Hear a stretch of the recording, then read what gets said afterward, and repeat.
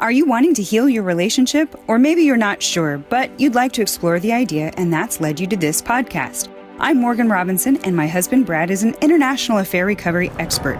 Together, we founded Marriage Solutions, a multi-location group marriage counseling private practice devoted exclusively to helping couples heal and rebuild their relationship to stronger than ever before. In fact, we're the best reviewed couples therapists in the Midwest.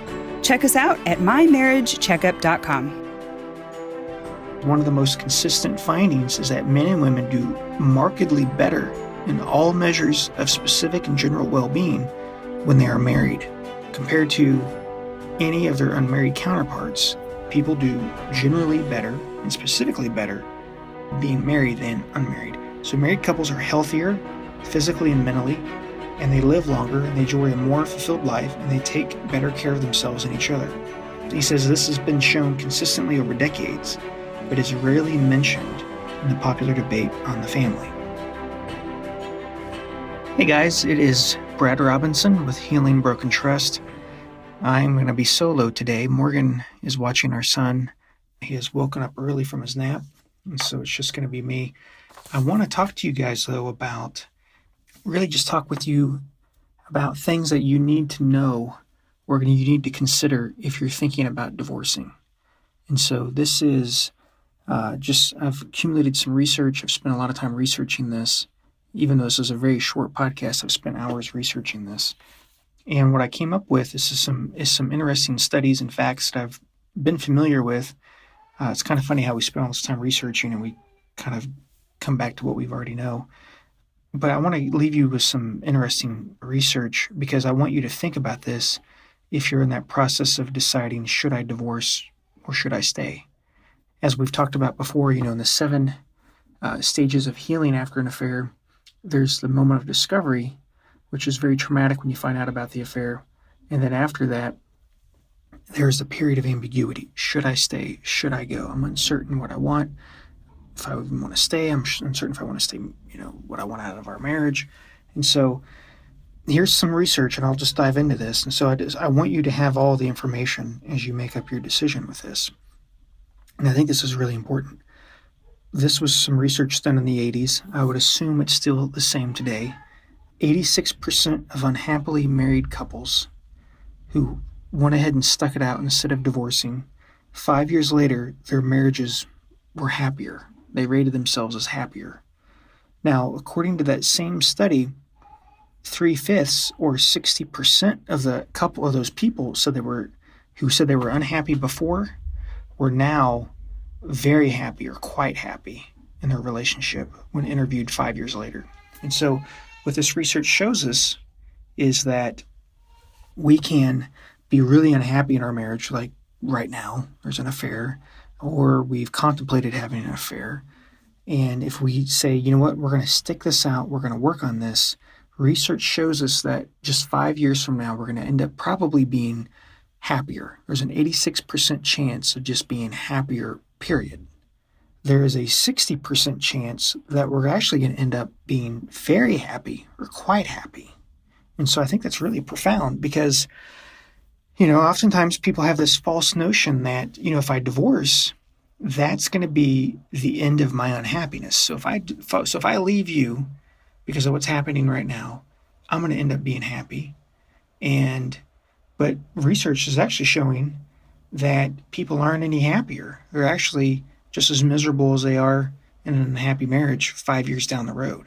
I think that's really important because a lot of things in our culture talk about, you hear things in our culture or in the media or books. In fact, there's only really a handful of books written on like the case for marriage or the case against divorce. Those are a couple that come to mind, or one called Don't Divorce. And 2 of those 3 I just mentioned are actually written by the same author. So there's not a lot on preserving your marriage and trying to work it out. There's actually quite a bit on, hey, you know what? You can leave them. You can find a happy life as a single person and marry up in your second marriage. And, what the research is showing, though, I like to deal with reality. I like to consider myself the truth seeker. And, sometimes the truth isn't really what we always assume it's going to be. In second marriages, the research shows that 60% of them actually end up in divorce. 73% of third marriages end up divorcing. And so oftentimes the truth of the matter is the grass is only greener where we water it. The grass is greener where we choose to roll up our sleeves and get to work and say, this is where I'm going to water this thing and I'm going to make this work. And sometimes what happens, I've seen in my office is, one person says, okay, I'm going to roll up my sleeves and I'm going to get to work. And the other person just ignores it, ignores her spouse. We don't have that big of issues. Our problems we'll fix on our own. I don't want to do it. I don't want to go talk to somebody. I don't want to pay that kind of money to go embarrass myself by talking about our problems. But the problem is with that is if your spouse is ready to go and you're not ready, they start to get burnt out. And so, oftentimes I will lead somebody into my office for marriage counseling because the one who was ready to get started decided, you know what, I was ready a year ago and you weren't willing to do anything. So they get kind of burned out. And so what ends up happening is that one who was, the distancer, they become the pursuer and they are motivated. They've seen the light. Lightning has struck them. They've had an epiphany. And so, if you're in that position of, I really did roll up my sleeves and I did try, but they weren't willing to meet me halfway, I would say, let's give it a second chance. Let's try it again. Let's give it a third chance because the research is showing that 90% of people who feel like divorcing, so if you feel like divorcing right now, 90% of people a year later were glad that they didn't divorce when they thought about it. And that ranges from people who were newly married to people who have been married 40, 50 years. And so if you're thinking about divorcing, I would say, let's wait a year. Let's try to work on this.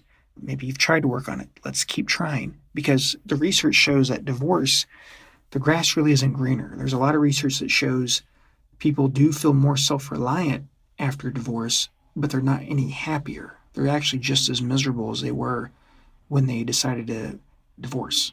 So when they were miserable in their marriage, they actually 5 years later are just as miserable as later on their own or in a different marriage as they were, because happiness is really, a lot of this is dependent on our own. It's not dependent on, another person really can't make us happy. And so a big part of this is, let's wait, let's slow down. Other research has shown that divorce is really traumatic for children and that it's actually okay to stay married for the kids. That may not be like, we're staying married for romantic love or I'm passionate about this marriage, but it's okay to stay married for the kids if that's where we're at right now. Because what will happen is we're going to end up choosing to stay married because we do love each other. And so those feelings do come back. The love does come back. We do find ways to work through our negative cycles, but we've got to let some of this ambiguity, some of this crisis, some of this uncertainty die down and we can work through it.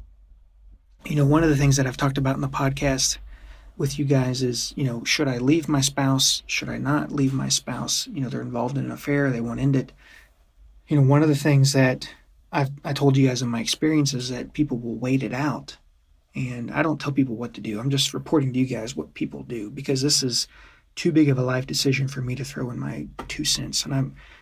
So I'll talk with people like this is sometimes what people do. This is what can happen if they choose to say, you know what, I'm done. Let's just move on. Sometimes that wakes people up. Sometimes people will just wait it out. And kind of this waiting out, the research is showing that, people do end up turning back into their marriage when people choose to wait it out, when they're in a bad, low period. And a lot of things in our culture, we're much more empathetic and compassionate, and we're not as judgmental as a culture now, which carries a lot of good things to it. But we also don't have too many sources in our culture say, hey, slow down a second. Let's really think about this. Let's take our time. I know this person really hurt you because they betrayed you. And this may not be the first time they've done it. They may have done it before. So let's slow down for a minute. We've got kids. We've got other people who are counting on us. So let's just hold off for a second and really determine what we want. There's nobody in our culture really doing that. You don't find religion really doing that anymore. Like I mentioned earlier, like just an Amazon search, there's only like 3 books. There may be more. I didn't really try too hard, but there's only like 3 books on the case for marriage, the case against divorce, that are really kind of preaching the negatives of divorce. I'm sure there's others, but my point is this: really take your time to think about this, because has lifelong consequences to it that really end up causing people to really reconsider and wish that they didn't divorce. One of the lady who wrote, her name's Diane Medved, she wrote The Case Against Divorce. She also wrote Don't Divorce. And in both of those books, she tells a story how she originally was writing a book on life choices and, should you stay married, should you not stay married? And she's interviewing all these divorcees, men and women, and she's like, these people are miserable. On the surface, they seem, oh yeah, I'm happy, I made a great decision, my spouse was a SOB, they were a terrible person. But as she asked more probing questions, it became apparent, like, these people are really miserable. Even those who had ended up in new relationships weren't always really happy. And, there's this myth of this single life that I'm going to have great sex, I'm going to be socializing, my finances are going to be okay, all this, there's this myth that the grass is greener. And it persuaded her just, researching with these folks that have divorced. She's like, she really took a very adamant stance, really a very conservative stance, saying, you know what, divorce isn't good for people. Yes, there are situations where people probably should divorce, situations of severe domestic violence, battery, children being abused. There are situations like that. There may be other situations like that I didn't mention. That's ultimately your decision to make. But as you make this decision, you need to really consider some of these alternative facts that a lot of people aren't talking about, that aren't really, big parts of our culture in this conversation. Some other research, you're going to hear my pages ruffle as I'm going through this. So, it's a myth that people can have a friendly divorce. One of the research from the book, Why Marriage Matters, by Glenn Stanton, consistent findings is that men and women do markedly better in all measures of specific and general well-being when they are married. So compared to any of their unmarried counterparts, people do generally better and specifically better being married than unmarried. So married couples are healthier, physically and mentally healthier, and they live longer and they enjoy a more fulfilled life and they take better care of themselves and each other. And so he says this has been shown consistently over decades, but is rarely mentioned in the popular debate on the family. And so other research that shows, the truth is divorce hurts children, and even under the best conditions, divorce is still traumatic for them. There's some research that said, there's really very, very, very, very, very, very, very few situations where children are actually better off with divorced parents. Some children are, yes, but that's more the exception than the rule. And one last thing I'll leave you guys with is that oftentimes, I'm a parent, Morgan and I are parents, we love it. And so making our children happy is one of our top goals as parents, is to make our son happy, make other children that we're going to have happy. But, obviously their definition of happiness is different than my definition of happiness. And for children, oftentimes parents, we think that, making my child happy means, I've got to be happy. I've got to be on top of it. I've got to have my act together, yada, yada, yada. That's me making my child happy. But what people fail to understand, and this is from Kathy Meyer, and she's also a writer on marriage and family issues, and what she said is that unhappy parents, what they fail to understand is that though they may be unhappy, their children are probably quite content and don't care if their parents don't get along as long as their family is together. So the major issue of happiness for children is actually having their family together, not necessarily mom and dad happy with each other. And so she goes on to say, a child's happiness is not dependent on their parents' happiness. A child's happiness stems from routine, having a home, having two parents. And so I think that's really a profound statement. So a child's happiness is not dependent on their parents' happiness. A child's happiness stems from routine, having a home, having two parents. Being able to count on these things, they need to be able to count on these things being consistent day in and day out. That's something to think about as you consider this. Obviously, you want to be happy, you want your children to be happy, but you need to think about happiness from their perspective. Happiness isn't just having two Christmases because you guys are divorced. Happiness is having consistency in a routine. And I would even say that goes for older children, adult children. I've had clients whose parents divorced when they were older, and it really rocked their world. It wasn't just young children who were still living with their parents who were deeply affected by it. And so that's some research. 30% of divorces, I'll probably end up closing with this. 30% of divorces are actually what would be considered a high conflict marriage, meaning there was not just domestic violence. About half of couples have some form of unwanted touching, but battery, where somebody's getting the crap beat out of them. There is severe emotional abuse. There is life-threatening things made.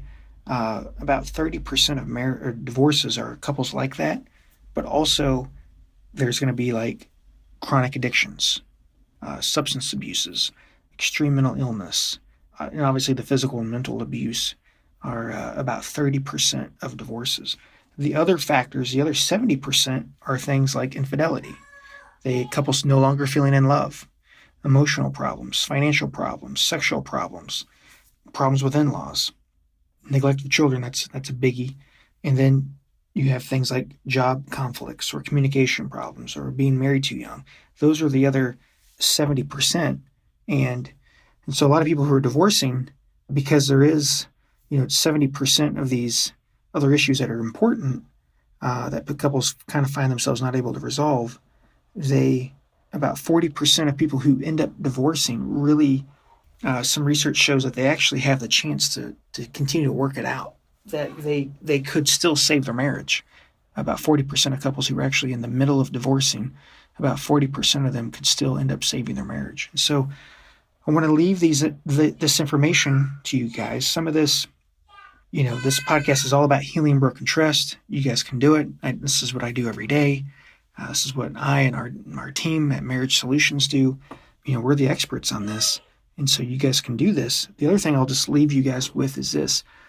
It's one of my favorite stories or parables. It's told by Earl Nightingale, and you can look it up. It's called Acres of Diamonds. And after this podcast, you need to go look it up because it's really powerful. You may be able to find it you can find it on iTunes for sure, and probably even YouTube, but it's called Acres of Diamonds. And in the story, Earl Nightingale talks about a gentleman who in Africa, back when they were having their big diamond explosion, he bought a bunch of land, trying to, strike it rich. And so he bought all this land, and as he already bought it, and so he goes to investigate it. And he starts looking on the land, and he's like, holy crap, there's no diamonds here. Like, I bought all this, and there's no diamonds. I'm looking for it. I'm not seeing any of these sparkly gems. And so the guy gets despondent, he gets into despair, and he eventually kills himself. And so someone else, claims title to the property, inherits it, gets it, buys it. So they have a new owner. The new owner is checking out the land, and he comes across a creek bed, and he finds really large, what looks like pieces of like black coal, just like this coal he finds on the ground. And he actually had one of the largest fields, acres of diamonds in all of Africa. And if that original gentleman had just stuck with it and knew what diamonds look like in their raw form, he would have been rich. He would have been, one of the richest men in Africa and maybe even the world at that point. And he also would have obviously not died. He wouldn't have killed himself. And so the second gentleman knew what diamonds look like in their raw form. And under his own feet, he had acres of diamonds. And that original gentleman sold that land. Eventually he killed himself, but he kept looking for diamonds. He kept repeating that process, trying to find diamonds, and going from one plot of land to the other, trying to find diamonds, and he eventually killed himself with it because he didn't know what diamonds look like in their raw form. And so sometimes when we're struggling in our marriage and we're really at the crossroads and we don't know what's going on, we don't know what diamonds look like in their raw form. I would, as controversial as this can be to some of you, and as unwanted, as maybe you don't want to hear, maybe there is some diamonds that you guys can still mine in your marriage. Research shows that 86% of couples who are really unhappy in their relationship still have a very good chance of, turning it around to being happier 5 years later. And that 60% of the unhappy group isn't just happier, but they're quite happy. They're very happy. And so I would say that's also possible for you guys. I'm going to go. Thank you for this brief session of Healing Broken Trust. Bye-bye. We hope you enjoyed this episode of Healing Broken Trust podcast. Go to healingbrokentrust.com and sign up for the masterclass today. As always, this podcast is for education and informational purposes only.